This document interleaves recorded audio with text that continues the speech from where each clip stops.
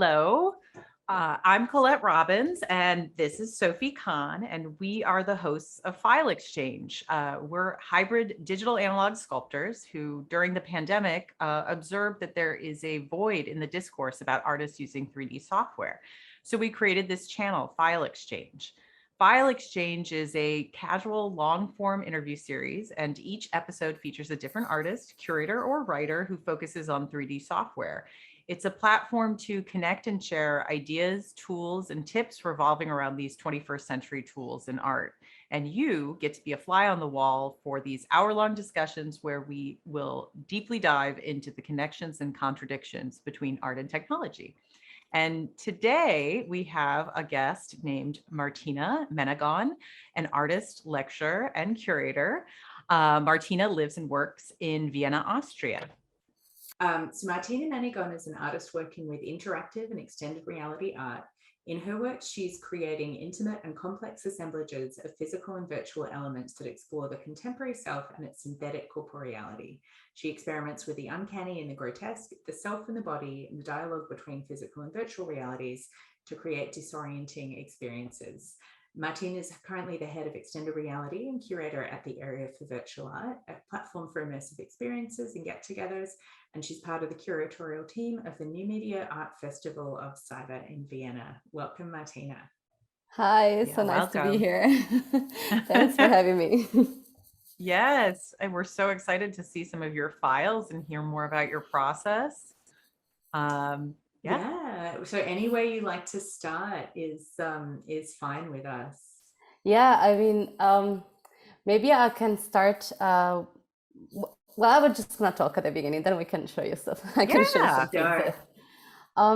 Well, I think over the last years, I've really been focusing a lot on like using 3D scanning as my main point to focus, and I am so happy to be talking with you, Sophie, because actually I started in 2015. I was studying here in Vienna at the Transmedia Art Department, and I've been doing a lot of interactive art before in collaboration with Stefano D'Alessio, and we were mainly creating either performances or visual installation, always with sound.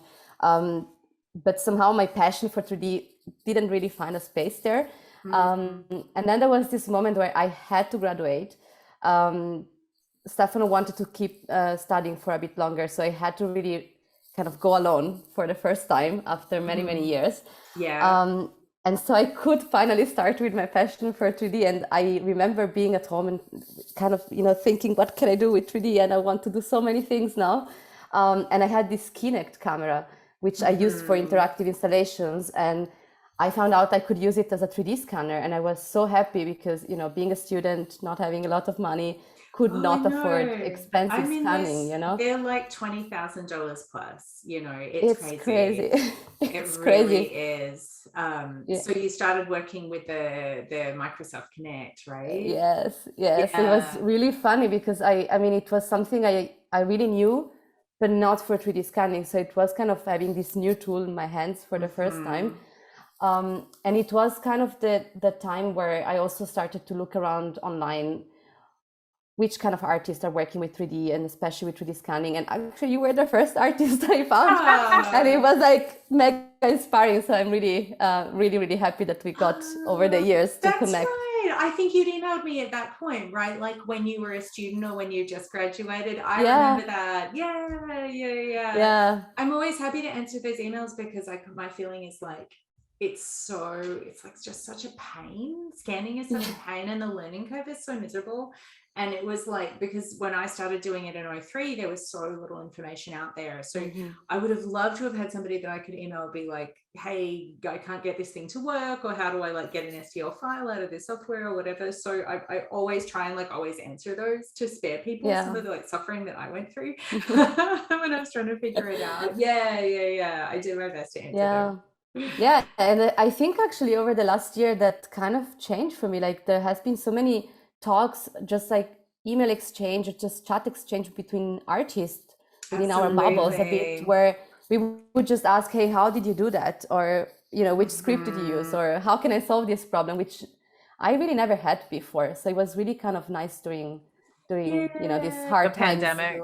Yeah. No, I mean, that's why this channel started. I mean, it came out of Sophie and I having conversations regularly with other artists and just between us, and realizing that there really wasn't kind of an equivalent to a studio visit for artists using digital tools, because sharing our screens and being able to have that international reach is something that I feel like opened up with the pandemic. And also that Zoom studio visits are completely acceptable now. Whereas before it was like, oh, it's not in person. But with an artist using digital tools, you don't want somebody standing over your shoulder on your computer. It's actually much more interactive to have somebody with their own screen that you're sharing a screen with, and that kind of thing. Absolutely. It always be like, I'm working at home, I don't like really to have studio visit, because then it feels kind of I have like a little studio, and the only thing I have is a computer. I know. I moved out of my studio. I moved out of my studio in like June 2020, and the stuff had been sitting there gathering dust for 3 months, and the building was locked. And I was in Australia. They moved my stuff out at 3 a.m. They're like calling me, I'm like, I don't know what you want me to do in Australia. So I've been working at home ever since, and I love it actually. I'm in this, it's like 100 square feet, but it's got all my stuff, all the big stuff. I love working from home, but I completely agree, Martina, that it's very difficult when you invite people into your space. Mine's all the way at the back of the apartment. And so you have to go through my living, you have to go through all of these like living spaces. So how you keep it professional, but also like keep your overhead low. And if you don't need a massive studio, and when you're working with digital tools, your computer is what you need, lots of storage. I totally agree that doing stuff like over Zoom or whatever other platform, it felt much more appropriate for the kind of art absolutely. I'm doing. And I mean, there was a much more freedom. Definitely. And a lot of your work is online too, so that's something that people can experience anywhere. So I mean, we'd love to see, I guess, a model or a hub space or whatever you would like to share. I think I will share one thing just quickly. Let me see. I am a very messy computer user. Sorry. We've seen it all in terms of people's folders. Oh, good. Actually, I wanted to share first, because we were briefly chatting or like writing via email, and you said something about Mozilla Hubs. So there are two things I want to mention. One actually is so you say, Sophie, I'm part of the Saiva Festival and of the Area for Virtual Art, and all these projects plus others, they are actually under the Soundframe, which is an association here in Vienna that did for many years like audiovisual festivals, and now the focus is really on virtual art per se. And we created this, it's called Soundframe Metaverse, and this really started, it was really this hard time where in Italy the whole COVID pandemic started, and I was in Austria, which was very close to Italy, and I felt it coming. Although nobody believed me here, they all said it was Italians. I saw the news. Absolutely. And it was really hard, because my family, like I'm from Italy, so like I got all the stories beforehand, and I was getting really panicking a bit. So I was already starting talking around like, what can we do if it happens also in Austria, and with teaching, and where can I teach? I'm mainly teaching VR, or I used to teach mainly VR, so VR headset and Unity to my students. And of course, when the lockdown happened, there was no chance to do that. My students do not have Oculus at home. And so it was really nice. I was talking over social media with some artists, and especially Matthew Gant, and we found out about Mozilla Hubs, and this was like mind-blowing for me. It was such a game changer for the first months of the lockdown. So I basically started doing a lot of reiteration of previous VR works I did. So I started to, for example, the very first official Mozilla Hubs I did was called On the Other Hand, which is basically one iteration of a old VR project I did, not so old actually, 2019. It seems years ago. Ancient history. A billion years ago. Yeah. Yeah. And in that VR, this was really funny because the idea for the VR, maybe actually I go back, was to have this really unpleasant VR experience. So usually VR, like it always was promoted as some place where to, go and escape from reality. And they're usually these pretty landscapes and whatnot. But I do love to work with grotesque. So I was really trying to find a way to make people feel the virtual, so to really create a strong bodily connection with something that is per se not having a proper matter of body or physicality, or like it has a different one. And so in this project, once you would wear the VR, you would be surrounded by these really huge hands that would move in an unnatural way. So they look a bit like guts, actually. It's not really hands at one point anymore. And people really hated it to be in VR. They felt ticklish. It was too much. I think the longest that a person stayed in that VR experience that I saw at least was maybe 1 minute. And what I did was actually really nice. I just, so the only interaction that happens here is when you wear the VR headset, you are surrounded and you can only move your body or like your head and push these hands away, but then they would just come back to you. And so what I thought to do was think about how to create a landscape from these hands. So not create per se something interactive. With Mozilla Hubs is a bit hard with that. You have so many limitations. So I just had a session alone in my studio, and with the VR headset, I just pushed the hands and then I kind of froze them in a moment in time. And then I exported from Unity to FBX. So I had really a model with all the hands, and then I just had to massively low poly them. Hello. Let's talk shop. I want to hear. I don't remember per se, but I think I probably just imported them in Blender and just went to probably 0.1. So like really as much as I could using the destination.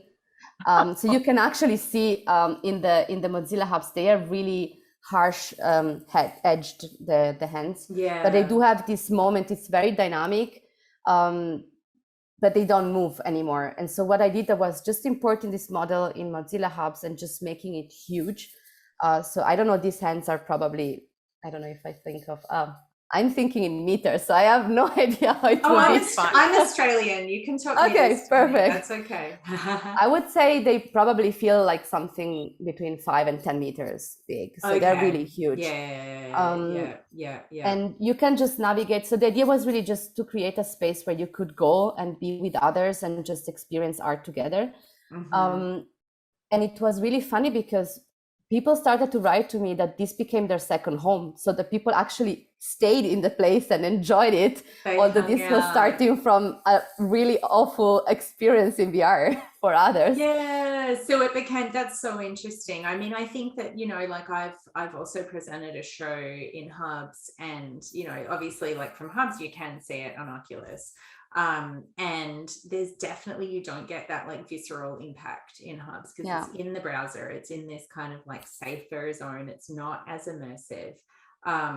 So it's lower commitment too, which is nice. I had obviously there's a few people I knew who had headsets and they could visit my show, but the 99% saw it in Hubs. And it's something that you can invite people to really quickly. As well. You can just drop a link in there and it's so low commitment too for a curator to like tour around one of your shows. Although I had one person one time be like, oh, I don't have time to click on your website. And I still remember this. I'm like, oh, I'm so sorry, you're so busy and important. You don't have like 30 seconds to click on my website. Like, why did you email me and tell me this? You have time to tell me that you don't have time to. Anyway, you gotta love the resistance of certain people for technology. Like just ignore it. Why respond anyway? So funny. But that's the artwork for you. But it's more accessible.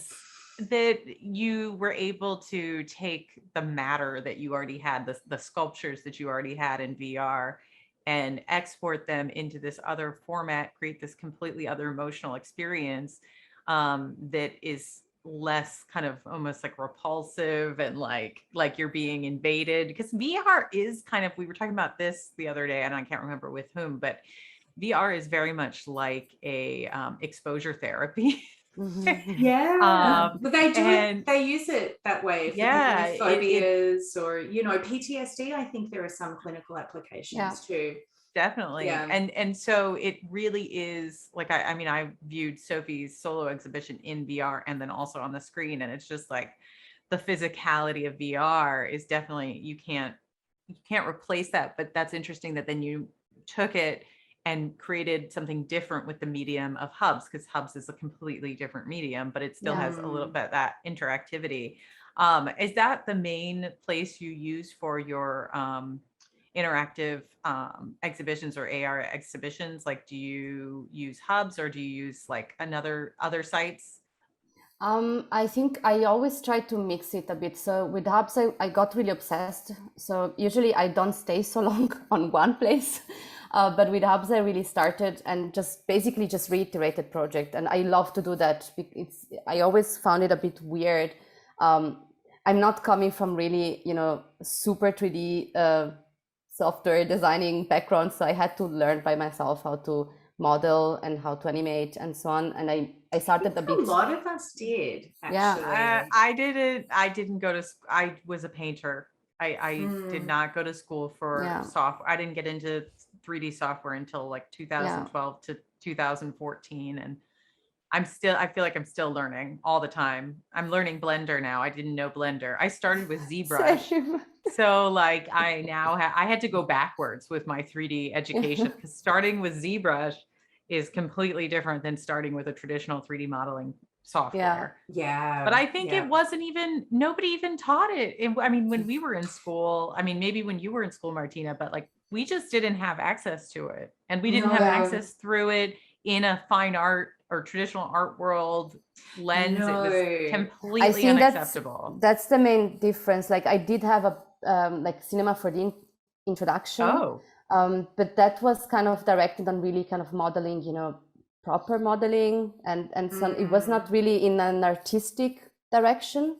So for me, it was really hard to extrapolate. Like I'm learning now how to build, I don't know, a fish, but then I couldn't, like my brain just didn't work in that way. I also per se don't really like to fully learn a software. I just like when I need something. Like I have to say I'm using ZBrush just for decimation, which is every artist I know, and I feel like the only time you learn it, we've talked about this before, Colette, like the only time you really learn it really well is to teach it. Because then you've got to actually say like, well, this button does this, and a student can ask you, oh, what does this funny little radio button do? What happens if I click this? And you need to be reasonably prepared with an answer, you know, or at least, you know, convincingly. Definitely, but I also think what Martina's saying, I really love that too, because when I do teach 3D modeling, and one of the things I try to teach is that don't get too attached to any one piece of software. Really be open, because you, depending on your project, you might need a totally different piece of software. I mean, for our last show that we just did, both Sophie and I had to learn Substance. It wasn't something I had used, and I had never done AR or like exported to GLB. I mainly did 3D printing. So I was doing, you know, working from ZBrush, and I did some rendering in KeyShot, but now I'm jumping into Blender. So your workflow though, you start your modeling you start with scans? Yeah, I work with scans, so I really stopped modeling, and I don't have the patience for that. I get really grumpy very quickly. No, it's really so for me, like 3D scanning, it's like the best, because I can be so free. And I just love this glitch use of, you know, all the mistakes that can come out from not using things properly. So usually what I do is either using I mean, in the university, we have access to a structure sensor. So sometimes I borrow that. But now I managed to invest on the newest iPhone. So I'm actually using, what's the name of this app again? I always keep forgetting. Haggis, I think it's pronounced. Interesting. How do you spell that? Yeah, it's really beautiful.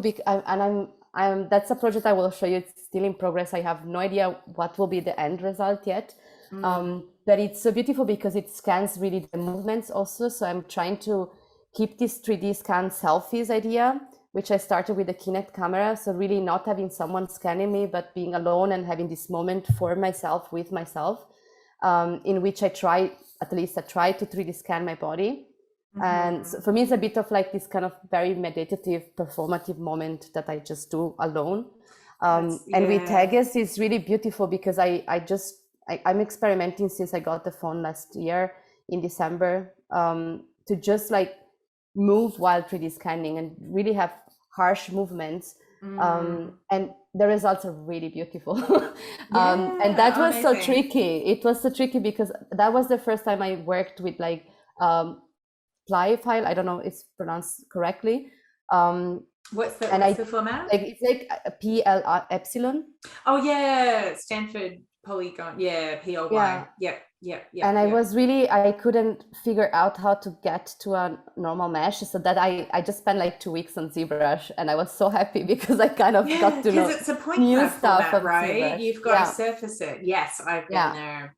Do you have any models of that you can show? Yeah, maybe I can show you. It'd be great to see those. I'm excited. Let me just open the files. So wait, I need to do a new share and then my desktop. So then it should be easy. I cleaned my desktop a bit, quite a lot actually. We love seeing the files. I had like two layers of folders and pictures, and I was lost. So I'm gonna show you the Blender results. So it's already, it has been going through the whole ZBrush process.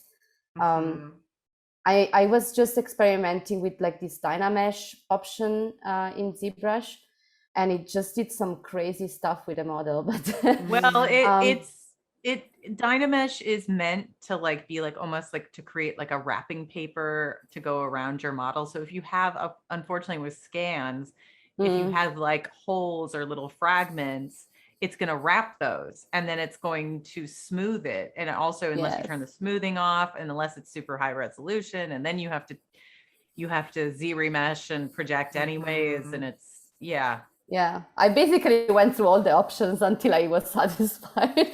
And then realized I will have to redo this anyway, because I was projecting the texture with one of the in-between models activated. So then the white spots that you see here, actually they should be black. I can't see your share yet, Martina. We can't see your, because I paused it by mistake. Now you should see it. Oh, these are great.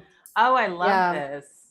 I'm really happy with the result, but it was like so like I didn't have a workflow, so I was just trying out stuff, and now I would really need to sit down and redo it just to memorize all the steps once again.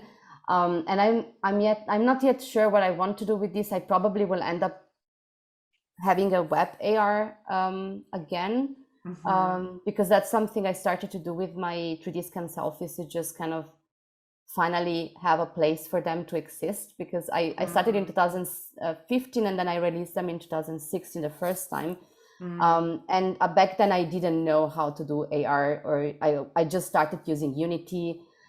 So it was too early for me, and I only showed them in like tablets where you could do basically what you can do here with the mouse, just rotate and zoom in on the mesh or on the body. But I was never really satisfied, because it was like my body on this no place on the device. And now with AR, it's so beautiful to just get pictures from people, having my body somewhere in their homes, or in, it's so amazing. I love to see other people's homes. It's one little and thing. It gives it a relationship to a site, I think that's what I struggled with a lot in showing work online. And I mean, obviously, the internet, you can say that the internet is a site, but many sites with many different kind of meanings and communities. And always when you have a sculpture or physical artwork, it exists in a place, So no, I love that. So how do you, what is like logistically, once you have a piece like this, for those of, those out there who don't know your practice and kind of how you get it out there, is what form does it take, or where do you put it as an AR piece so that then people can project it into their homes? And is that something where you like have a happening where you reach out to your entire community and say, place this in your home, send it back to me? Like how do you organize that? So what I did was starting to search what would be the free available platform around that I could use for. And actually, I think was Oria Harvey that suggested to look into this model viewer. Model viewer, yeah. And it was really amazing because it's so easy to use. And even though I never did like web programming, coding, designing, it was just too easy to not use it. So I just went for it. So what I do usually is using the model viewer and having the all code on glitch.com. I think it's let me just check. I think yes, it's glitch.com. Right, and that's where you're hosting your GLB. Yeah, exactly. And the only thing I had to do that was really funny. I also love that when you use the free glitch, and I think that's enough for using for what I need. You have this kind of URL that comes out, which is like glitch.me, which was really nice for me because my 3D scanner really glitched out, so it fit with the whole the name project. was appropriate, yeah. But then I had to show this in Italy, and somehow the website didn't work, and we were trying to figure out. It was with Virginia Bianchi Gallery. We couldn't figure out why it didn't work, because for me in Austria was working. And then I found on a forum that actually the Italian phone providers are somehow blocking glitch URL. Like the whole URL. Yeah, so I couldn't use glitch, or I could use glitch, but then I had to kind of move it somewhere else. And so I ended up using Cargo, which is not free, which was really a pity. I'm still paying this $14 a month. It's okay. As long as I can afford it, it's gonna stay there. But I'm gonna slowly move back to glitch because, I'm sorry for the Italian people, but it's just more convenient. But it looked basically like that. So that would be the website. That looks great. And you can, like, in the website, so on your desktop or on your phone, you can just click and rotate and zoom on the bodies. And on the desktop, you would have this AR button you can hover, and then there will be this QR code you can scan. Oh, that's great that it has the code. I haven't seen that on all. And that is on Glitch, or that's on Cargo? No, this is on Cargo, but it will be the same thing happening in Glitch as well. Got it. That part I had to add. It was really a lot of research. I found some people having their website with model viewer and having this QR code over. It's really smart. I'm going to do that. So I was just kind of digging. Yeah. How did you do it? Share. I can share. Let me see if I log in. I had a problem with the login, so maybe give me a second to. No worries. I mean, I'm just to kind of, and maybe Sophie knows this while Martina's looking for this too. It's like, so if you use a site like Glitch or Cargo, are you able then to have that linked up or integrated into your website? What I still didn't upload it on my website, but what I will do is just having the direct link. So a picture you click and you can go directly on the website. What I also did, I had this festival I was asked to curate in full nature outside of Vienna, like 1 hour from Vienna, which was really hard for me because I'm not a nature person. I'm scared of every insect and bees. And no, I'm with you. It was really a fun experience. And what I did was just printing like huge banners with one picture of the model and the QR code and just spreading it around on the nature. Right. And it seems that people just, when they see a QR code, they just go for that. Get out their phone. They just scan it. Just like so it was quite response. Nice. Yeah. Oh, that's great. Especially since the pandemic. Yeah. I think that's right, really because they're doing it at better. Restaurants and bars, and everybody is figured out. If you go to like Lens, you can, or your camera apps. No, I think that's I should really. So basically Glitch works like this. You have your code that you might or not have been written by yourself. Like a lot of people are sharing their codes. Like you can really remix. It's called remix. So you can find amazing web projects there, and you just say, I like this, I'm gonna remix it. Great. And you start with a fully done code. You just have to customize it on your own. So with model viewer, it's really cool. It's basically, for me, this has become like the Unity version for web, like the web version of Unity. So Unity has a lot of, forums, and I always found scripts on forums I could take and then just make my own. And the same happened with Glitch. So I sometimes just scroll and see what new projects are out there, and then I get inspiration maybe for some projects. Now I have this idea of making a Tamagotchi of my own self. Oh my gosh! That you have to like care for, otherwise it dies. Yeah, because I never got a Tamagotchi. I always wanted a Tamagotchi. Being in the 90s, everybody had a Tamagotchi, and I didn't. Yeah. My mom thought it was too much of a responsibility for a kid to, have a pet to care. And then if it would die, I would be sad. You might be upset. I could see that. Yeah.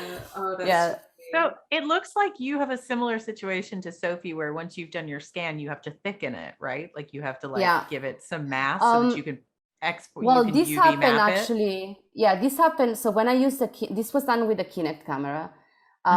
And it's still, I have to say, I have to buy a new one. Mine died a couple of years ago, but I just love the quality of the scan that comes out from the Kinect, because the software is called Scanect. I know Scanect, yeah. And I think there is a free version, but I did buy the Pro version. I think it was like $100. Yeah. I mean, it's not super cheap, but it's also not crazy expensive as buying a full new 3D scanner. And what it does, or what it did at least, because I didn't use it for a while, was basically already creating the mesh for you. So you could just say close holes, and then it would create this kind of thick mesh for you, like a watertight solid form. Yeah. And then what it did, which was amazing, and I didn't find any other app that does the same, or I hope maybe there is one out there that I can use even without the Kinect. So you see here on the back, on the hole, that those were the parts I couldn't reach, because I would hold the Kinect and I would be on a pose and try to scan. So the back was never reached, and also my arms were rarely in the scan because I would move them. But what so many scans that are missing the same things, because I was doing DIY. Yes. Yeah, totally. And this is like the software just invented the missing skin, which is so beautiful. So you can see here, it's like a bit of my sock color going there, and it just tries to check what is around. And it's like interconnected. So nice. Yeah, that's so cool. That is such a, I know, the thing I love about using software, and what made me just like never look back, was that collaborative interaction, where you feel like the software is pushing back and giving, like this like weird like push pull that happens with the tool. And where like in ZBrush, sometimes I feel like I have 7 hands that I can sculpt with, like, but this is like another example of that, where it's algorithms or whatever like gave you that, and you were like, ooh, just like as if a paint, when you mix it in a certain way, it gives you a certain effect. It's the same. This is really something I'm missing. You're missing that. Yeah, because it was really this collaboration, as you say, like all the other apps. Of course, I have like amazing results, and I'm always surprised on the result. I'm always kind of excited to see what is the model that came out from the process of scanning. But this coloring of missing parts, it was so, I don't know, it was really a gift that the software gave me, which I don't have with the other apps. This is something I'm really, really, really miss a lot. Have you tried the thicken option in dynamic subdivision in ZBrush? I might have tried. As I said, I was just going through all the buttons. So I think I might have tried that as well. That might be a good one. The workflow with the edge loops. Is that what you're talking about? Yeah. No, I was talking about if you take like an individual scan, like a piece of a scan, and you go into dynamic. It's called. Hold on, let me just look at it really quick. It's under geometry, and it's called dynamic subdivision. No, I didn't try that. And you can click on dynamic, and then you can thicken a piece. Now it doesn't work like so with Sophie has so many sweeps, like so many parts, that like she had to split her mesh to parts, and then individually you can play with that, or you can play with there's another workflow in ZBrush where you can do, now I can't remember what it is. Not a Dynamesh, or it's like something you do for clothing too. I'm gonna think about this for a second. Now I can't remember what it's called, but there's a number of things you can do to thicken. And then you can also, just create, but you could definitely create that effect in ZBrush.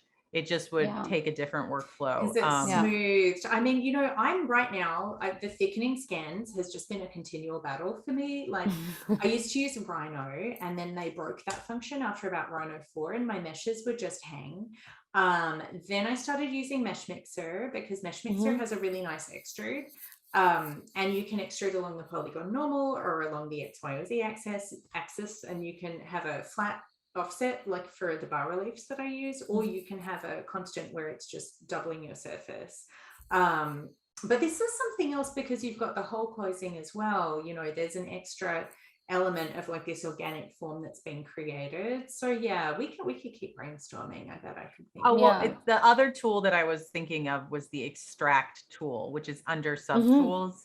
And the extract tool is what you use. I mean, you'd have to, like, there's a certain workflow for that, but you mask something out, like you paint a mask on, and then you press extract, and it thickens that area that you've masked. Oh, that is also very nice.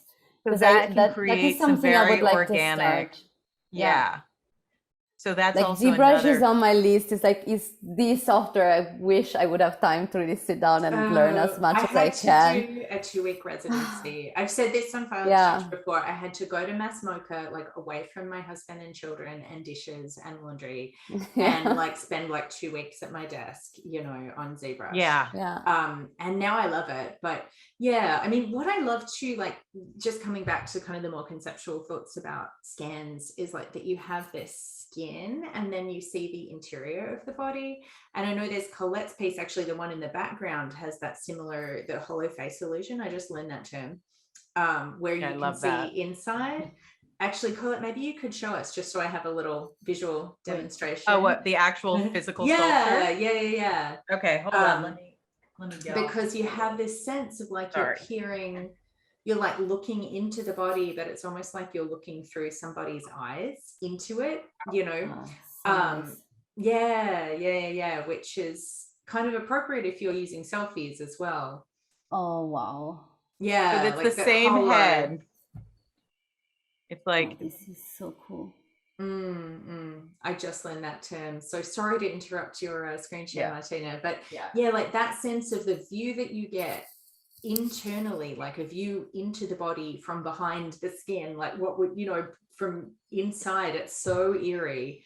And interesting if you're scanning yourself, to have that shell of the body that you can actually kind of look into. I kind of like never get tired of that quality with the scans. It's always me neither. It's like, that's also why I keep reusing some of them. It's like, it feels like I cannot just have one work and just abandon that. It's like, it's done. And I cannot reuse it. Like, I really love to just retake them and iterate them. And one thing I found out, I mean, it's like a super, super simple tool. A friend of mine showed, what is the name again? SculptGL online. Oh yeah, sorry, you can start your share again. Sorry to No, it was so beautiful. I wanted to see the sculpture, actually. I'm really happy I got to see it. Thank you. So let me just go. I think it's sculpture. Yeah. So that was really nice, because I mean, it's of course much simpler than ZBrush, but it kind of has the same concept that you could sculpt and have, like symmetry on or off. Oh, yeah. But I thought you could only use it with this sphere, and I was like, okay, I don't know what to do with the sphere. I'm not gonna model myself. That would be just too tricky. But I actually find out you can just clear the scene and actually upload your own. Great, like import a file. Oh yeah, that was it. Thank you. And that could also upload these PL epsilon files, which I didn't know how to at the beginning. Yeah. And so one thing I was, I don't know where I saved that though. Maybe that is, these are, I mean, the files that comes from this Haggis app they're really, really heavy. Oh, So I'm not haggis, like sure. with a G, with an E. I see. Yes. I'm writing that down as well. Yeah, I've seen that. It's really, really a fun app. It's one of my favorite. So this was great. This was one of the first tests I did. So I just moved myself 3 times, so you can see that it's like kind of repeating my body. But then it does all these amazing glitches and kind of and and basically you can just start sculpting here, and you can I think you can also extrude, because not extrude but like grab. Oh yeah, here is you have the tools. Yeah. And I think it's the drag, maybe it was. Yeah, that was really cool. So this is all like web-based 3D sculpting. It's a great tool. And I kind of like, because it's very, I mean, you can't do crazy stuff out of it, but it's very fast if you just want to try to kind of glitch even more a model, or just kind of sculpt a bit on it. So that was something I'm planning to also show the students, is something they don't even have to bother. They just need to have a link for students. And then once they've done this for a while, then they can kind of move into ZBrush when they find themselves wanting more. That was a bit my plan, to just start with this and then kind of slowly go to ZBrush. But yeah, I even bought it. I was like, okay, I got some money out of an exhibition, and I thought, I'm gonna buy ZBrush, I'm gonna sit down, I'm gonna learn it, and then did not happen. I've been getting a lot of requests for me to do a specific ZBrush for artists, like you should seminar.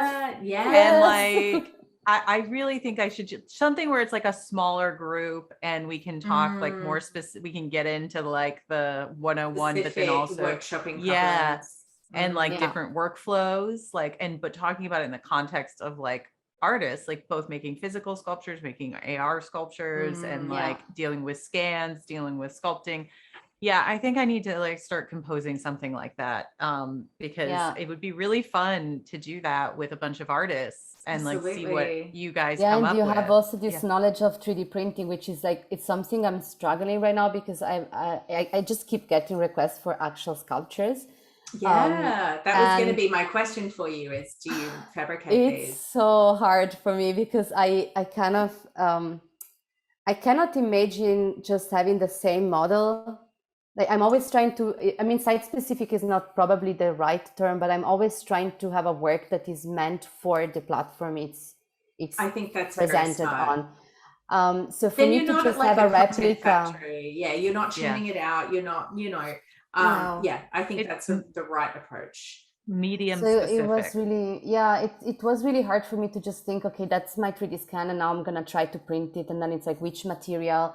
So I ended up definitely deciding I want to try to print with ceramic. And I found this, I mean, I didn't print with them yet, but it looked really nice, and they are really fast answering, and they were super cute and helping me out with all my questions. So I'm just gonna give it as a tip. It's based in Odessa, but they do have a office in New York, so they are not gonna print in New York. Guambio? Yes, and there was an artist that printed with them, and they have a picture on their Instagram, and it looked really, really beautiful. And what is really nice is they seems to have their own patent on the ceramic 3D printer machines they're using. This is definitely not extruded, I mean, so I know the processes that I've seen. It's a mold making. Well, it could be the powder, it could be like a powder bed printer. I used to use the Shapeways ceramic. I wish I had the piece to show, because now it's in storage. But that was they just continued that. The forms, it was too expensive. The forms are really challenging too. Like, it had to be a really simple form. It had to be like a coffee cup or something, because the way they put it to me was that it goes through this greenware stage where it's very, very delicate. So I tried putting in a couple of my models, and they're just like, haha, no, no way. They just like, everything was rejected. I did a couple of things that were sort of like masks. But you really start to come up against the limitations of some of the more technical materials. We just now, Colette and I were talking yesterday, like, we both just print in PLA and paint, because we've got so frustrated. I've used Shapeways for so many years, and I just got so sick of like fighting with the uploader and dealing with the like printed anyway, and the standards that they had being so much higher for things. And it's like my meshes are just a disaster. Like before I had kids, I could spend a week cleaning up a mesh, and now that's just not going to be happening for me, you know. So that is why what is really nice of this Cambio is like when I contacted them, I say, hey, I never 3D printed anything. I have no idea if my models are even, probably they're not. I'm pretty sure they're not 3D printed friendly. They even have a full, like, I don't know how big is the team, but they have a team of 3D designers that would kind of clean up the mesh or like even redo the mesh for you if it's not 3D printed ready. So I'm gonna try with that. But I also discovered, and that was crazy for me that I didn't know, that in my university they do have a ceramic 3D printer. Which is like, I don't know why they didn't tell me. Well, so I'm just gonna try. Talk to each other, you know, these departments like never talk to each other, so you never know what they have. I'd love to see the results. That sounds I think there's definitely, I mean, knowing like even like with Sophie's work and cleaning up that much, I mean, it's like with something like this, you just have to keep kind of figuring out ways to remesh, project, decimate, like all of those things, and just make sure the geometry is as clean as possible for, you know, but 3D printing is a little more forgiving than even like AR in some ways. Cause like with, there's like a different type of thing that happens when you have to get your file ready to be UV mapped. Like I had to redo my file, like the kind of circle head in the background that I had to redo that file in order to get it ready for AR. It's because the 3D printing file was totally a different, you know, prep. So it's like there's different workflows for each of these outputs, and it is, it's something that we're all making up as we go. It's we're in this spot where, you know, there weren't a lot of artists experimenting with this unless they had outsourced it. So now you've got all these artists with the software at home. It's now affordable for artists to have that software. And then it's affordable for artists to have at home 3D printers now that are larger format. That's why I just like the control, and I like that I can take the pieces and manipulate, and I'm very tactile. I have to be touching and making, and I'm like gardening is my hobby. Like I like getting in the dirt. So I mean that's like Colette got me into the Creality printers, and maybe I can just if you don't mind my sharing my screen. Oh, actually not sharing, I guess if we just maximize. So this is my printer farm down here. These are the two, but it was all Colette was the one who like got me into the Creality printers because I was using Shapeways and I was really dependent on it. The resolution is insane. Like it's just insane for it's like $500. Like these, so these three printers over here, I probably paid like less than, I have the top two that are the resin and a wash station, and then I have an Ender 3 and an Ender 5 down there, and together the whole thing wasn't even, it was maybe $500 for that. I mean, I had some discounts too with it, but it's so crazy how affordable they have become, and they're made in China. The tech support is a bit lacking. If I feel like the ones that because Colette, you have a Prusa, right? Like those are a bit we have a Prusa finicky. Mini. Actually, no, I think the Creality is stronger right now. The Creality is beating out the race. All right. I just broke the Prusa because I was using fancy filament where you have like a metal infused filament, and that just does not work with these particular designs of FFM machines. So I think the Creality is the simplest one right now in terms of how it's set up and just for my workflow. But it also takes tinkering. It does take tinkering and support. So if you are with a university and they have machines, I'd talk to somebody there. I just want to learn a bit. Also I would like to know what would like a mistake look like when I'm printing something that is maybe not really ready for the print. Is there some kind of something to gain out of it? And I need to see in order to I have a favorite. I have a favorite 3D printing 101 video by this, I believe he's German, and I will send you the link. We'll do a follow through. We'll put that in our comments. And we can put it in the comments. I'll link to those videos, and then I'll also send you my favorite ZBrush tutorialists that I think have, I mean, I probably the most engaging would probably be flipped normals. I'm sure I think they're very engaging. Michael Pavlovich is a little more nerd out, but he does really great videos on the different workflows in ZBrush. So I'll send you those links too. Those are the ones those were my teachers. Nice. Yeah, no, I mean, Blender is a whole nother set of lessons that I'm learning because I have a friend that he's like a Blender and ZBrush master, and I'm always kind of asking. I remember like it was a month ago. I was just decimating a mesh, and it just didn't look right for me. It just was too edgy, and I was like, I want it smooth. I want it to do that. And I already saw myself having to make the full retopology and the full UV mapping again. And then I just met him, and I was like, hey, why is this not looking as I want? Like, what can I do? And then he was like, did you try the smooth shader? And I was like, what is the smooth shader? Why 2 weeks? And I felt so stupid. It was like one button, and I was oh God, I lost 2 weeks. That's why it's helpful to have somebody that you can call on. And it's like, for that person, it probably takes about 3 seconds of their time. I was like, I'm going to offer you a dinner. And it's like, it's one button. It just took me 1 second.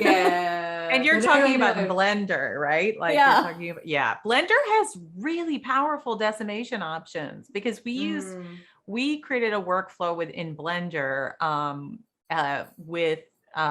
for our wallpapers, our custom wallpapers we did, where we did UV projections and then, exported them as SVGs and then, clean them up in Illustrator. But like, in order to like get the least amount of kind of linear components, I had to decimate a bunch in Blender, and that was interesting to see the difference between the Blender decimation options and the ZBrush. They're very so that I think Blender and ZBrush are a great combo and substance for kind of a full package of, I mean Maya is the one I teach, but I'm not as big of a fan. I cannot bear Arnold as the renderer. I never learned it. I just sticked with Cinema 4D for a while, and then I kind of at the moment I'm having the same kind of either Blender or ZBrush. Substance is the next thing I would like to learn when I have time for it, because it looks amazing. I know. We need like a month-long residency. I know. We need to just have a soft. That's really what residencies should look like now. They should be like, okay, come here for a month in this beautiful place and learn that software you need to learn. This would be amazing, right? Because I never was really a fan of going for residency, because I always felt the pressure. I have to do an artwork in like a month. So I never went, actually. I work much better in my own environment. I do too. But like going away for learn softwares, this would be that would be and with other people too that you could talk about it with. I think that's actually a really good idea. All right, we should found one. We need to find residency, Hudson Valley. And then I think a software residency, because it is really hard to motivate yourself. Like I'm just to do it. But I want to hear about too. I do want to hear, and I want you to share your screen again to show us like a future project you're working on, or what's next. Like because you're lecturing, you're doing curation, you're making your own projects, you're kind of doing all of these things, but they seem to be feeding each other. Like they don't seem to be separate. They seem to be kind of interconnected.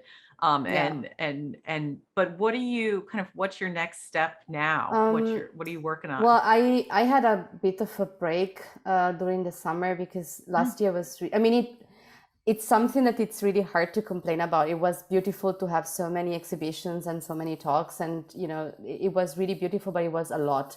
Also because you need a somehow everyone wanted a new project.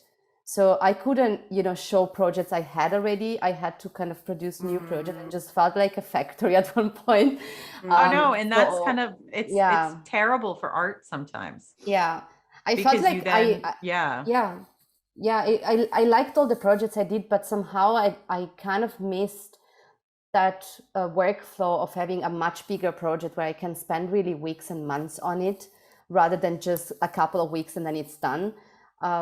So that is something I'm trying to slowly go back to. So I really had to force myself to not work for a month and just write down all my ideas. And I'm slowly starting. So now that university started, I kind of feel a bit of, I can also do art right now. Yeah. Great. Yeah, so there is this series of 3D scan selfies I'm doing with the iPhone at the moment, and they are probably going to end up being I think they're going to end up being AR projects in the end. There is this question mark about the sculpture, this 3D printed ceramic thing. So the idea there is I will try to 3D print one of these scans. Actually, my favorite would have been this one. I only need to figure out how to really close it. So I don't want to have holes really. I want it to be kind of a fixed shape, because the idea is that I want to have a USB stick inside the sculpture with the digital file that you cannot access anywhere else. So you either have to have the sculpture, you have to break the physical sculpture to get to the digital file. So I kind of, that's the idea that this Columbia company say they can do that. They even would purchase the USB stick for me. So they were really super sweet. Yeah. So that is something in the next month I want to at least test and see how it looks. And what I'm doing right now, and that has been a bit of, it's a bit of a hard decision for me, because I did really stop doing VR during the pandemic. Just for the simple fact that I just don't believe it's yet possible to be again fully immersed on a VR piece in a public, in an exhibition situation. I mean, people will still, I don't know, even if it's disinfected, it's not about that you would get COVID or you would get infected, but it's more that you will have the fear of. And I think this is still kind of not managing, to relax you enough to be immersed in a piece. Sure. No, that makes sense. I'm not seeing any headsets in exhibitions right now. I think even though people do understand that like surface transmission is not a risk, I think that it's hard. That's a hard habit to break. Yeah. But I kind of, I don't know, I miss it. Yeah, I just miss it so much. And I bought for me this Valve Index headset. It's so comfy, I have to say. It's really fancy. That was like my expensive, but I really needed a new headset because my HTC Vive broke. And I do not really want to use Oculus because of all this connection with Facebook. So I'm really trying to, not go in there. So what I did during the pandemic, I've been asked by the House of Elektronische Kunst in Basel to do a piece. Why it's not open? Sorry. No worries. It feels like home.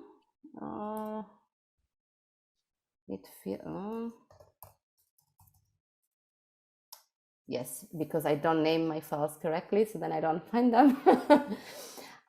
So that is one piece. I'm trying to figure out how to have it in a setting that is not only VR, but it's also VR. So that was really meant to be a web installation or a web intervention. So if you would go to this link, and I can share this on the comments on the YouTube once it's out. Yeah. I call this performative virtual sculpture. I'm gonna try to explain a bit what I mean with that, or what I thought about it. So the piece itself, it's not interactive, like you cannot really rotate it, but it's a 3D scan of my, can you hear me actually? Because there is a bit of sound. And we hear the sound just a little. It's very nice. Perfect. So that's a 3D scan of my bedroom, and it was really quickly done.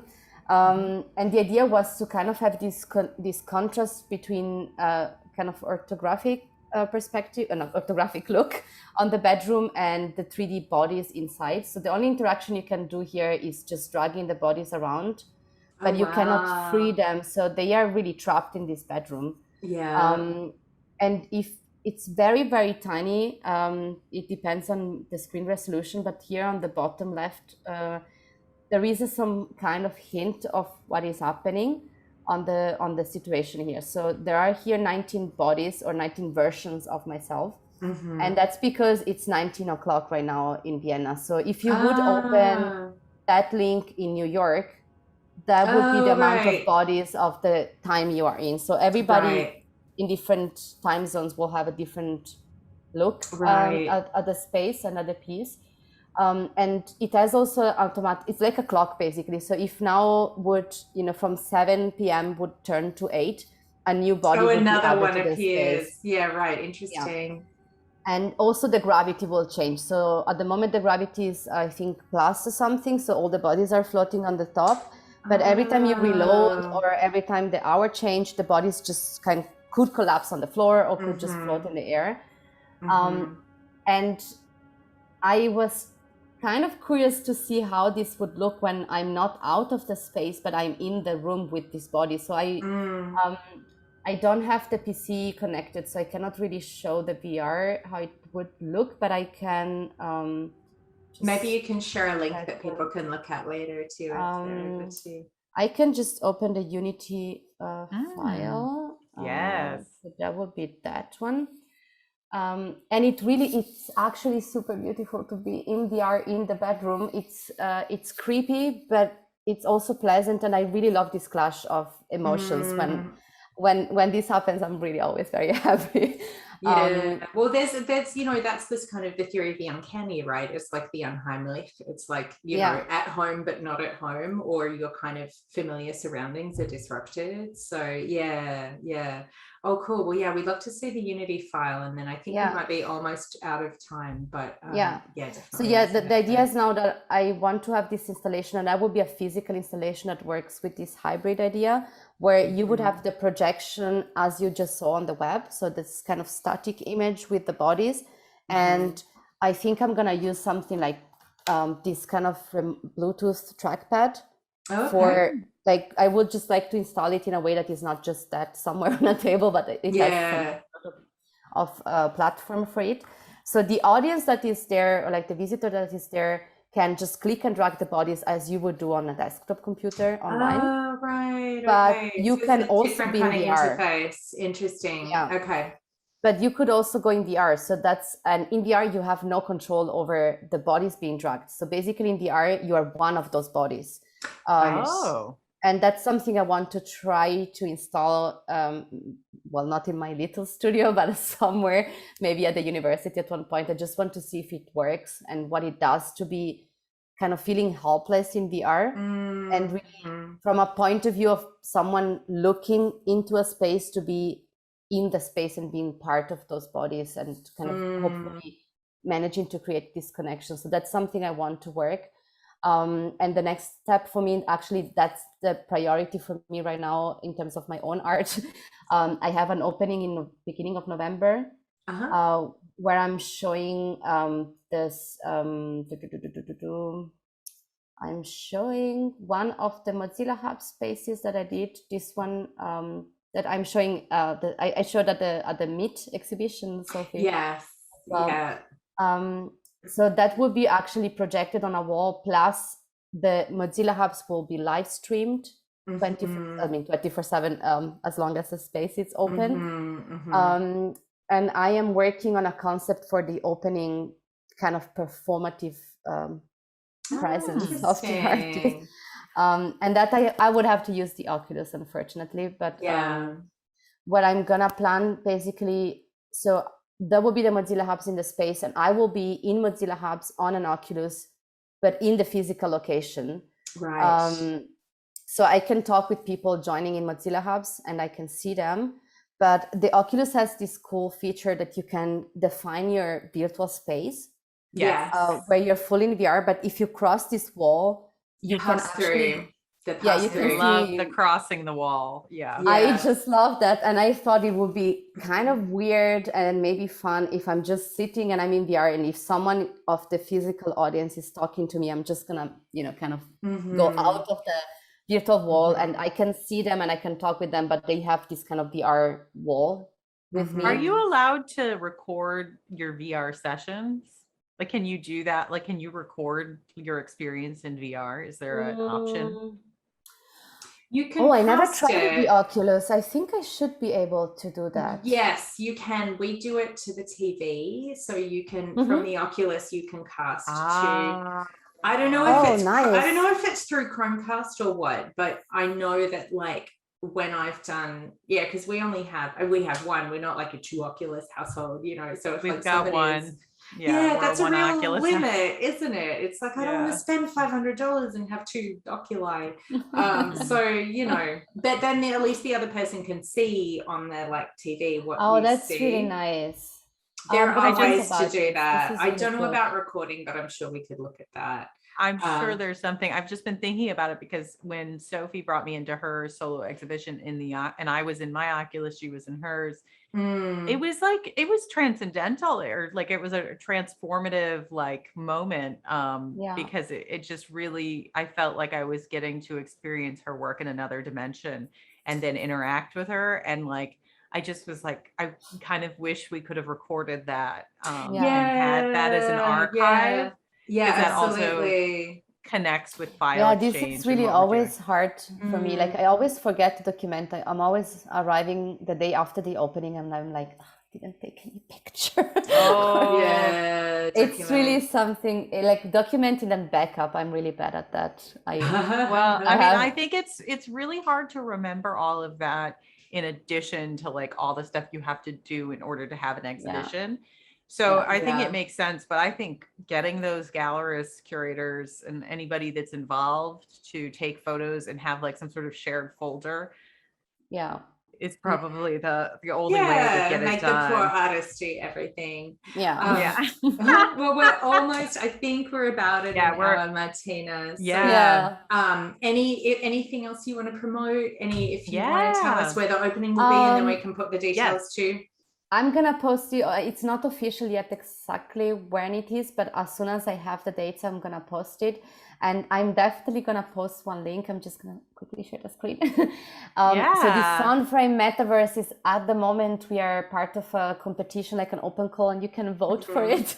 That would be amazing. So we could get some funding for keep working on that.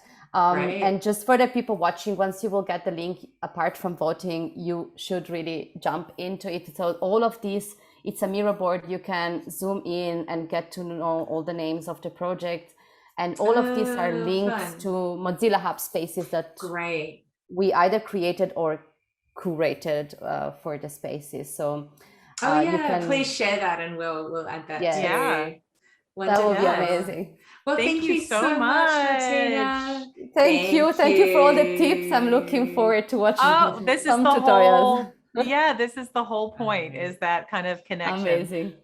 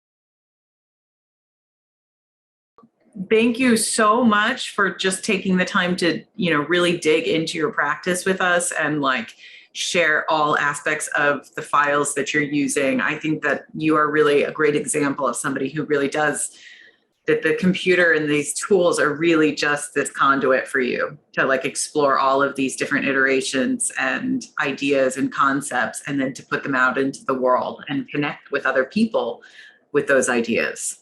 Yeah. Thank you. No, that's well said. So grateful.